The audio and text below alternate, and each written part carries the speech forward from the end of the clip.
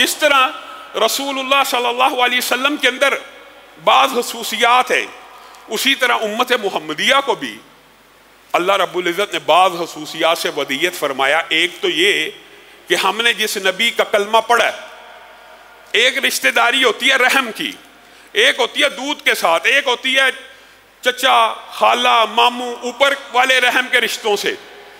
آپ ایک ماں کے بطن سے پیدا ہو جائیں، آپس میں بھائی بھائی بن جاتے ہیں، بہرحال یہ ایک پروسیس ہے۔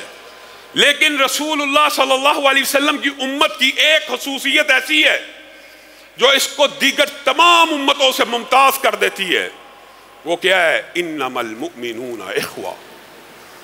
تو ایک ماں کے بطن سے پیدا ہوا نہیں ہوا، تو شیخ ہے، تو ارائی ہے، تو چودھری ہے، تو جٹ ہے، تو کسی کنبے اور قبیلے کا ہے، اگر تو نے رسول کی رسالت کا اقرار کر لیا ہے، ان کو خاتم النبیین مان لیا ہے، اللہ کے ایک ہونے کی گواہی دے دی ہے، تو اس مومن کا بھی بھائی ہے جو چاہے کابل میں بیٹھا ہو، چاہے شام میں بیٹھا ہو، چاہے فلسطین میں بیٹھا ہو۔ وجہ کیا؟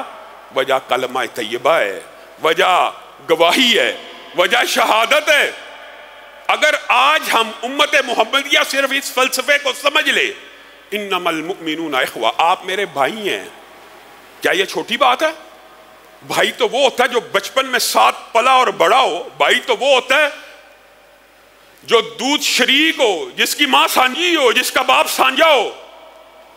یہاں پہ ان سب اعزازات سے بڑا اعزاز امت محمدیہ کو ملا، وہ کیا؟ تو میرا بھائی ہے، ہمارا تیرا نبی سانجا ہے، ہمارا تیرا رسول سانجا ہے، ہمارا تیرا رہنما سانجا ہے، ہمارا تیرا مقتدی پیشوا ایک ہے۔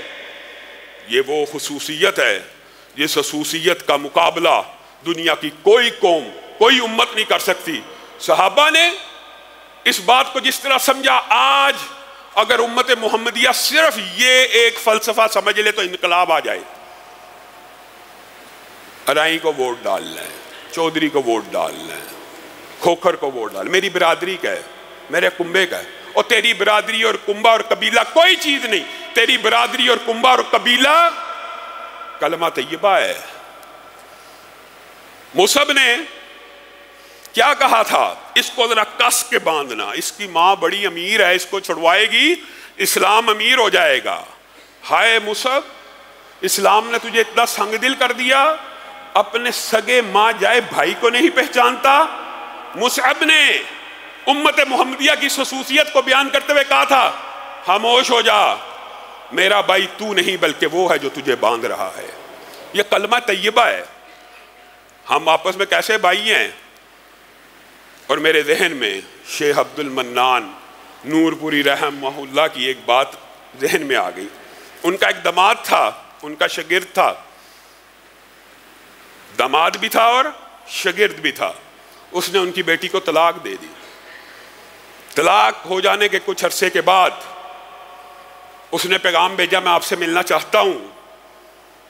تو مولانا عبد المنان نور پوری رحمہ اللہ، اللہ تعالیٰ ان کی قبر کو روشن کرے، یہ ہمارے اسلاف اور اکابرین ہیں، انہوں نے کہا، بیٹا تیرے میرے 3 رشتے تھے، ایک تو میرا داماد تھا، ایک تو میرا شاگرد تھا، اور تیسرا رشتہ میں اور تو اسلامی طور پہ بھائی بھائی ہیں۔ کیا ہوا؟ ایک رشتہ ختم ہو گیا، 2 رشتے باقی ہیں جو میں قبر تک ساتھ لے کے چلوں گا، جب بھی آئے گا میرے ماتھے کے اوپر سلوٹ نہیں پڑے گی۔ یہ وہ برادری ہے۔ آج چھوٹی سی بات پہ ناراض ہو جائے، سگے بھائی بھی ایک دوسرے سے بات نہیں کرتے، ایک دوسرے کی طرف منہ نہیں۔ کب سے ناراض ہے جی؟ 3 سال ہو گئے ہیں جی، 2 سال ہو گئے۔ مسلمان آپس میں 3 دن سے زیادہ ناراض نہیں ہو سکتا۔ یہ اخوت ہے، یہ برادری ہے، یہ بھائی چارہ ہے۔ اس طرح مل جاؤ تو پوری دنیا کی دشمن قوتیں اکٹھی ہو جائے، تمہارا مقابلہ نہیں کر سکتی، نہیں کر سکتی۔ لیکن ہم تتر بتر ہیں، منتشر ہیں۔ یہ وہ برادری ہے جس کو ہم نے فراموش، ہم نے بنیادی طور پہ رسول اللہ صلی اللہ علیہ وسلم کی احادیث کو بھی فراموش کیا۔ اور یہ نہیں ہے کہ زبان سے ایک دوسرے کو بھائی مانا تو دل میں محبت پیدا نہ ہو، پھر آپ اپنے دعوے میں جھوٹے ہیں، پھر آپ نے رسول اللہ صلی اللہ علیہ وسلم کی حدیث کو صحیح سمجھا نہیں۔ اب بھائی اگر ہیں تو محبت بھی سگے بھائیوں کی طرح ہونی چاہیے۔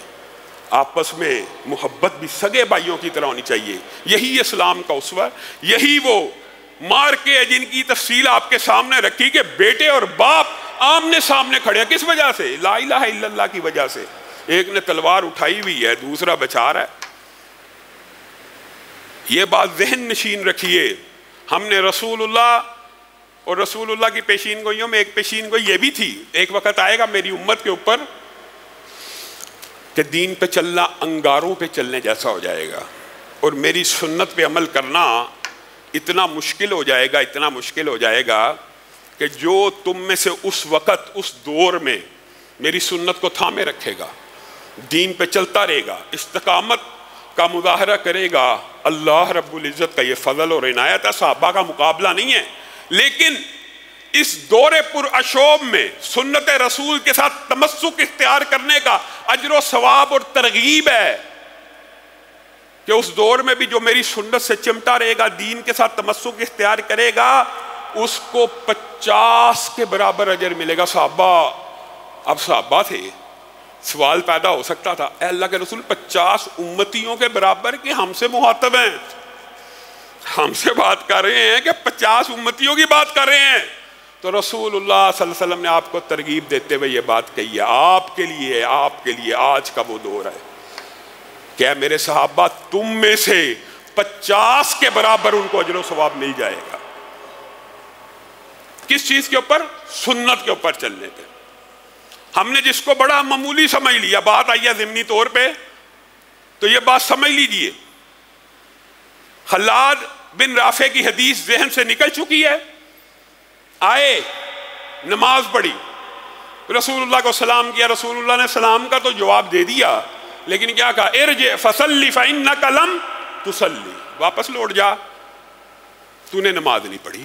اللہ کے رسول نماز تو پڑھ کے آئے. پھر پڑھی، پھر سلام کیا، پھر جواب دیا، سلام کا جواب دیا، لیکن کہا ارجع فصلی فإنک لم تصلی.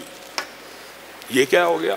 نماز تو پڑھ رہا ہوں اللہ کے لیے، اور بڑے اپنی طرف سے کوشش کر کے اچھی پڑھ رہا ہوں، پھر نہیں پڑھی. پھر پڑھی، چوتھی مرتبہ آ کے کہنے لگے اللہ کے رسول اس سے بہتر مجھے پڑھنی آتی ہی نہیں. اب آپ بتا دیجئے میری نماز میں کیا کمی ہے؟ ہم نے سنتوں کو بڑا چھوٹا سمجھا ہوا. یہ بات ضمنی طور پہ آئی ہے. سنت رسول ہماری نظر میں کوئی اہم نہیں ہے، قول رسول ہماری نظر میں کوئی اہم نہیں ہے. اور قول رسول کا مطلب یہ نہیں تھا کہ جو رسول اللہ کی زندگی میں قول ہو اسی کے سامنے آوازیں پست کرنی ہے یا اسی کو ماننا ہے. آج بھی احادیث کی جتنی کتابیں ہیں جو صحیح سند سے رسول اللہ کا قول ہے، اس قول کے سامنے آوازوں کو پست کرنا ہے، اس قول کے سامنے نظروں کو جھکا دینا ہے، سر تسلیم خم کرنا ہے. یہ مطلب ہے. اے خلاد، نماز پڑھا کر تو اطمینان بھی کیا کر. اللہ کے رسول کیا مطلب؟ جب رکوع کیا کر، رکوع میں جاتا ہے، کمر سیدھی ہوتی نہیں ہے، سر اٹھا لیتا ہے، پھر کمر سیدھی ہوتی نہیں، سجدے میں چلا جاتا ہے، سجدے میں کمر سیدھی ہوتی نہیں، سجدے سے سر اٹھا لیتا ہے، پھر کمر سیدھی ہوتی نہیں، سجدے میں چلا جاتا ہے. جب بھی نماز پڑھا کر ہر رکن کے اندر اعتدال کا مظاہرہ کیا کر، اطمینان کا مظاہرہ کیا کر. اب بتائیے یہ جو سنت اعتدال ہے، یہ سنت اعتدال اگر اس کے اوپر عمل نہ کرنے والے کو رسول اللہ نے کہہ دیا تیری نماز کوئی نہیں، تو وہ نیکیوں کے اعمال جن کے اوپر سنت رسول یا مہر نبوت موجود ہی نہیں، وہ قابل قبول ہیں. وہ نمازیں جو مسنونی نہیں، وہ نمازیں جو ایک بھی سنت رسول کے مطابق پڑھی ہی نہیں. اور یہ کسی مولوی کا فتویٰ نہیں ہے. حضرت حذیفہ نے ایک تابعی کو اسی طرح نماز پڑھتے ہوئے دیکھ لیا، کہا تیری نماز نہیں ہوئی، دوبارہ پڑھ. اس نے کہا مجھے اس سے اچھی آتی نہیں. کہا کتنے سال سے پڑھ رہا ہے؟ کہا 40 برس سے پڑھو. 40 برس؟ ایسے 40 برس سے پڑھ رہا ہے؟ جی ہاں، ایسے پڑھو. یہ کوئی مولوی فتویٰ نہیں دے رہا. ایک صحابی رسول اللہ صلی اللہ علیہ وسلم کی حدیث کو سمجھ کے یہ فتویٰ دے رہا. کہا پھر میری بات سن، اپنی نماز کو درست کر لے، اپنی نماز کی آج سے اصلاح کر لے. آج سے تو نے 40 سال میں ایک بھی نماز نہیں پڑھی. اور دوسری طرف حدیث کی کتابوں میں کیا ہے؟ جس نے صرف 2 رکعت پڑھی. یہاں پہ 40 سال تو نے ایک بھی نہیں پڑھی. اور جس نے صرف 2 رکعت پڑھی، کیسے؟ جیسے رسول اللہ صلی اللہ علیہ وسلم نے پڑھی، جیسے رسول اللہ صلی اللہ علیہ وسلم نے وضو کیا. سب کو پتہ ہے حدیث کیا ہے. صرف 2 رکعتیں ایسی پڑھی ہوں جو رسول اللہ کی سنت کے مطابق ہوں، جو رسول اللہ کے وضو کے مطابق پڑھی گئی ہوں.